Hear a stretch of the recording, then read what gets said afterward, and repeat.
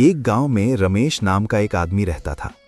रमेश बहुत मेहनती था और हमेशा कुछ नया व्यापार करना चाहता था, लेकिन समस्या ये थी कि उसे कभी भी किसी काम में फायदा नहीं होता था।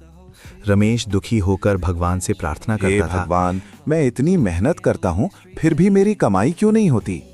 एक दिन रमेश ने सोचा, आज से मैं कद्दू बेचूंगा। वो बाजार में बैठकर जोर जोर से बोलने लगा, आइए आइए, मीठे मीठे कद्दू ले जाइए।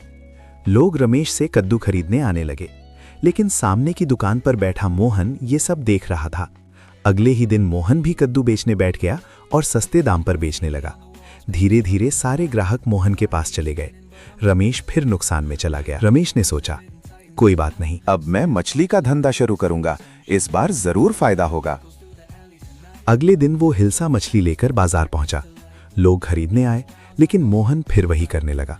मोहन ने रमेश से भी सस्ती मछली बेचनी शुरू कर दी। रमेश गुस्से में बोला, तू हर बार मेरी नकल क्यों करता है? मोहन हंसकर बोला, बाजार सबका है। रमेश बहुत परेशान हो गया और बोला, अब मैं ऐसा काम करूंगा जिसकी नकल कोई नहीं कर पाएगा। घर आकर रमेश ने अपनी पत्नी सीता को सारी बात बताई। सीता ने शांति से कहा, घबराओ मत, मेरे दिमाग में एक उपाय है। रमेश ने पूछा, क्या उपाय? सीता मुस्कुराई और बोली, तुम छत पर एक मजबूत कमरा। रमेश को समझ नहीं आया, लेकिन उसने सीता की बात मान ली। अगले दिन से रमेश के घर पर मिस्त्री काम करने लगे। कुछ ही दिनों में छत पर एक बड़ा और मजबूत कमरा बन गया।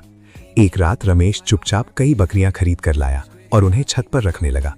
रमेश बोला, अब असली खेल शुरू होगा। कई दिनों तक रमेश बाजार नहीं गया। मोहन को शक हुआ। मोहन ने अपनी पत्नी से कहा, जाओ रमेश की पत्नी से बात करके पता लगाओ कि वो क्या कर रहा है।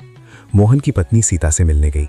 सीता ने चालाकी से कहा, हम छत पर मछली पाल रहे हैं। ये सुनकर मोहन की पत्नी हैरान रही। अगले ही दिन मोहन ने भी अपनी छत पर पानी भरवाया और उसमें मछलियां डाल दी, लेकिन उसकी छत कमजोर थी। धीरे धीरे दीवारों से पानी टपकने लगा।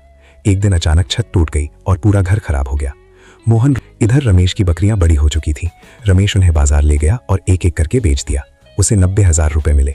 रमेश खुशी से बोला, भगवान ने मेरी मेहनत का फल दे दिया। मोहन को जब पता चला कि रमेश छत पर मछली नहीं बल्कि बकरियां पाल रहा था, तो उसे बहुत पछतावा हुआ। वो बोला, मैंने पूरी जिंदगी नकल की और नुकसान उठाया। जीने लगा। सीख, नकल करने से नुकसान होता है। समझदारी और धैर्य से किया गया काम हमेशा सफल होता है। हर इंसान को अपनी अलग सोच